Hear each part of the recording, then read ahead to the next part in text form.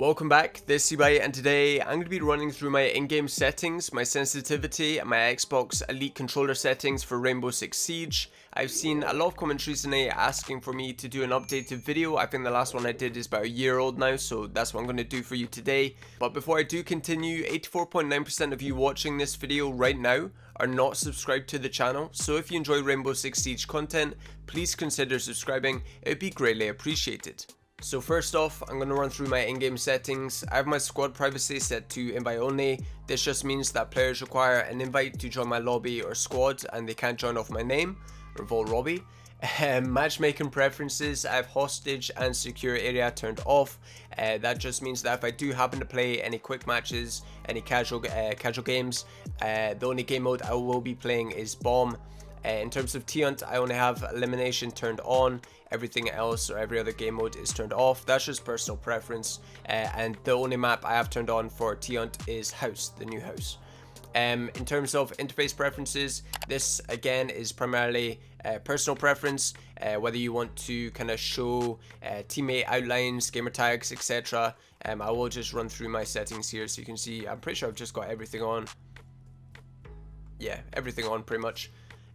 Ping, I have that turned on. That's just the little yellow marker in game. You can ping a specific point or a wall that needs reinforced, etc., which can be quite good if you don't want to call it out. Display game info, I have that turned off. That's just your FPS, your ping, etc. in the bottom left hand corner. I find that that's a little bit of a distraction, so I don't have that turned on.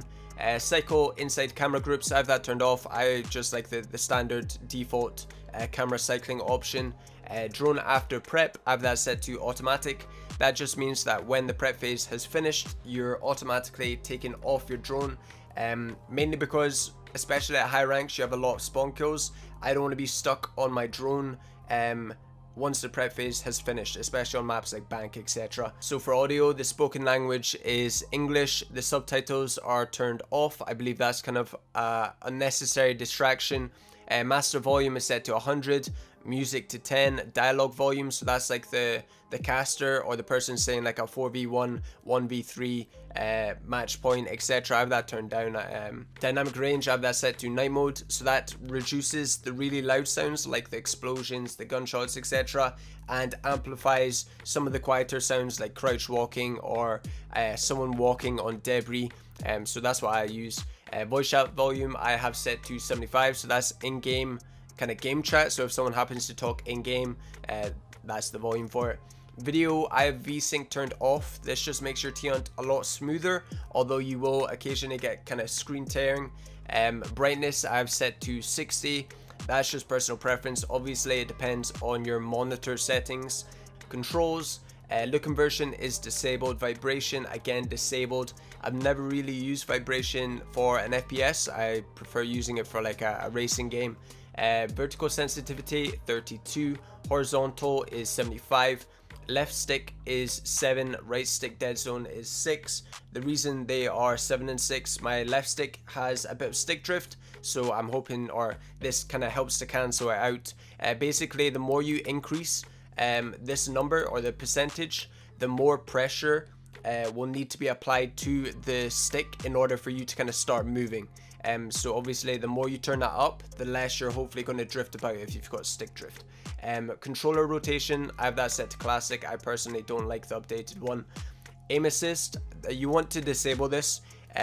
If there is anything you take away from this video, disable aim assist. There's no need for it. It's only enabled in T-Hunt or situations. However, if you are wanting to improve your rank or improve as a player, especially your aim, I would disable this, and that just means that you're going to have to manually aim or manually control your aim. ADS, I have that set to 37. Gadget deployment, I have that set to advanced. That just means that you're able to kind of bandit trick, so you're able to stop the deployment or gadget deployment animation at any point. You're not kind of stuck in it. So like I said, that allows you to bandit trick, so you want to have that turned on if you don't already. Drone deployment, or not turned on, sorry, put on advanced rather than standard. Drone deployment, again, I have this set to advanced. I would recommend this as well. It just means that when you throw a drone, you're not instantly put on to the drone's perspective. You're able to kind of run around, find a safe spot to go on your drone, and then go on your drone. So you're not kind of instantly thrown onto your drone, if that makes any sense. Controller layout, I just run the default controller layout, no button remapping or anything like that just yet. I have been told to try leaning on paddles, etc., but I will talk about my Elite controller settings in just a second. But like I said, controller layout is just default standard. So in terms of my Elite controller settings, I currently own and use the Series 1 Xbox Elite controller, so my settings may look slightly different from the newest one. I believe they may have, the newest one has a few extra settings. However, I just use the Series 1. I haven't changed any of the button mapping, as you can see. As you can see in the bottom there, I do have paddles on the back of my controller. I currently only have 2 paddles. In the bottom left I have X, and in the top right I have B. That allows me to reload and crouch without taking my finger or my thumb off the analog stick. My left stick, I currently have the default sensitivity curve and radial calculation turned off.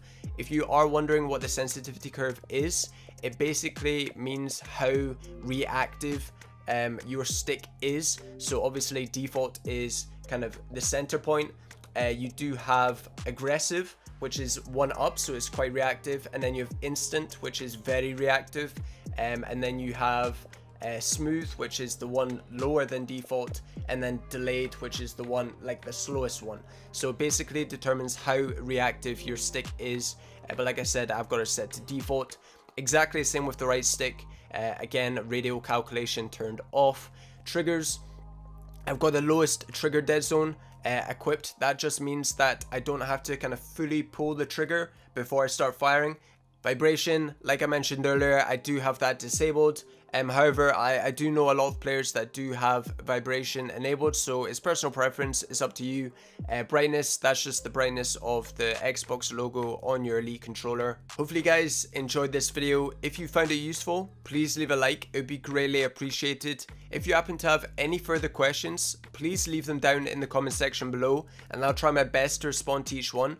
If you're not already subscribed to the channel, please make sure to do so to keep up to date with all of my latest videos. This is Ebyte, and I shall see you guys in my next video.